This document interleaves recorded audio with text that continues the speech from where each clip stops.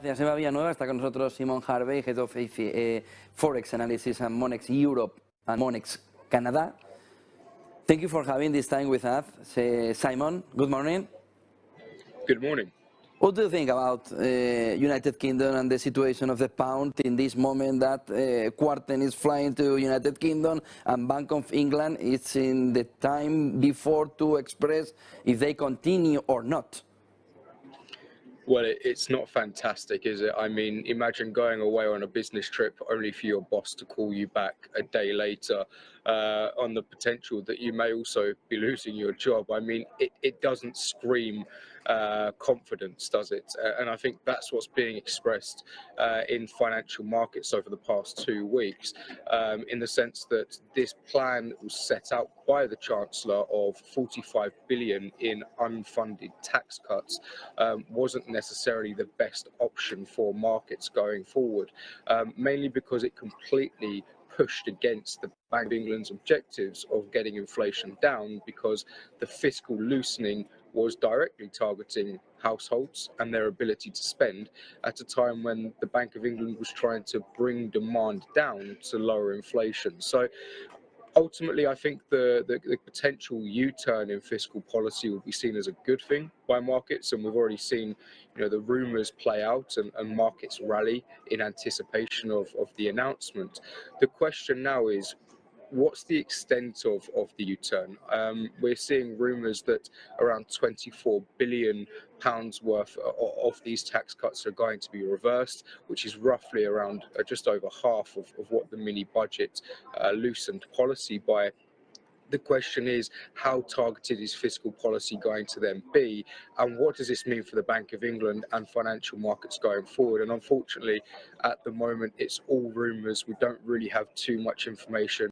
But with the Bank of England set to leave the gilt market later today and leave markets up to their own devices, you'd expect the government, if they were going to make this announcement, they would either do it today or over the weekend before markets then open on Monday, without the reassurance of the Bank of England being within, holding their hand.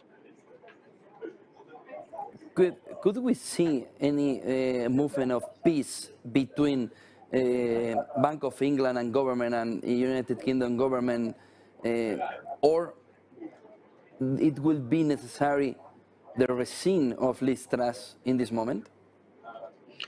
I think that's what we need. I mean, if we're talking about how do we then start positioning ourselves for a large rally in the pound, start positioning ourselves for a big recovery in UK assets, I think we need to start seeing both the government and the Bank of England singing from the same hymn sheet.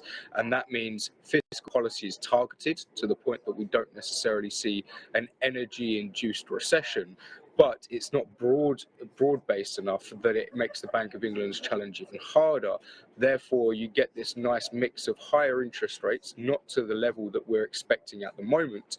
You get fiscal policy that's working in hand with monetary policy, and all of a sudden, potentially, you start to see investor confidence coming back. Now, that's the big problem, because a lot of this government bond market in the UK is financed by external investors. And for foreign investors, it takes a long time for this institutional credibility and for this confidence to build, and only days for it to be completely destroyed.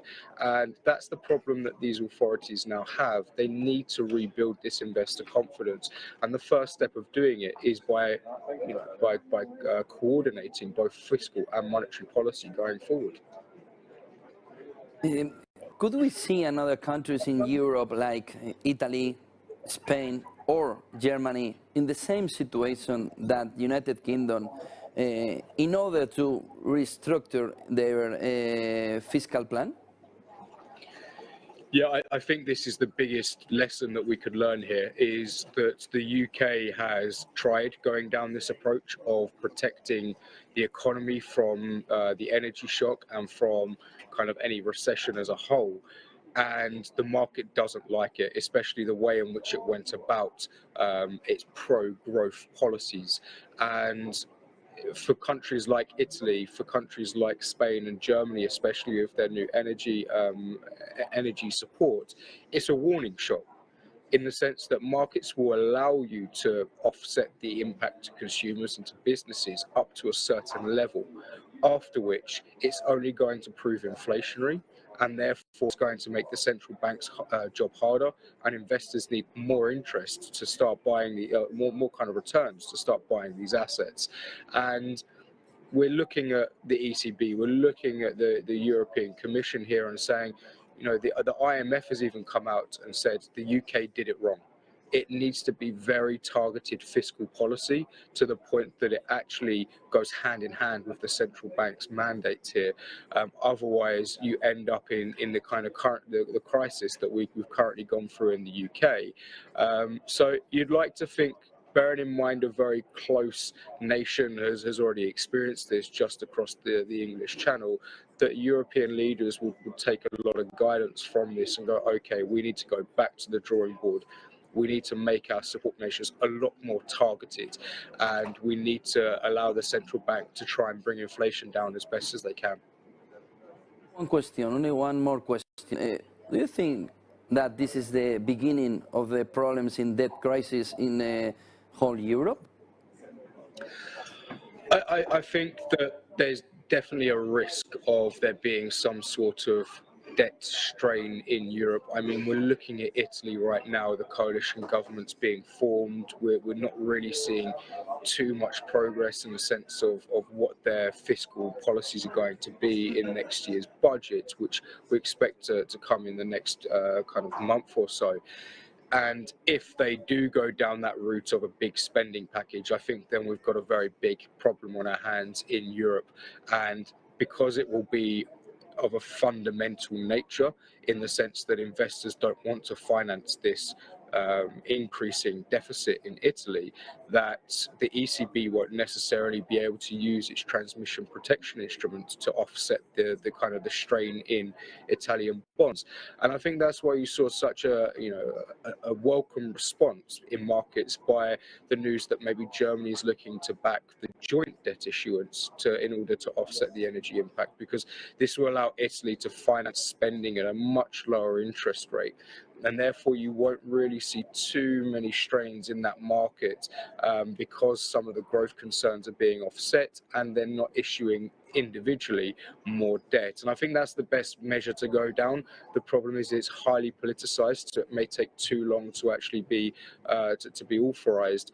But if we see Italy go at this on their own, I think we've definitely got a problem in Europe with regards to kind of market fragmentation, like we had in the UK in bond markets, and then also kind of recession fears and investor confidence being impacted. And I think that's a big risk, especially when we look at currencies like Eurodollar going forward. It's not just the energy crisis, it's not just the recession that Europe's going through and is going to continue going through in the winter months.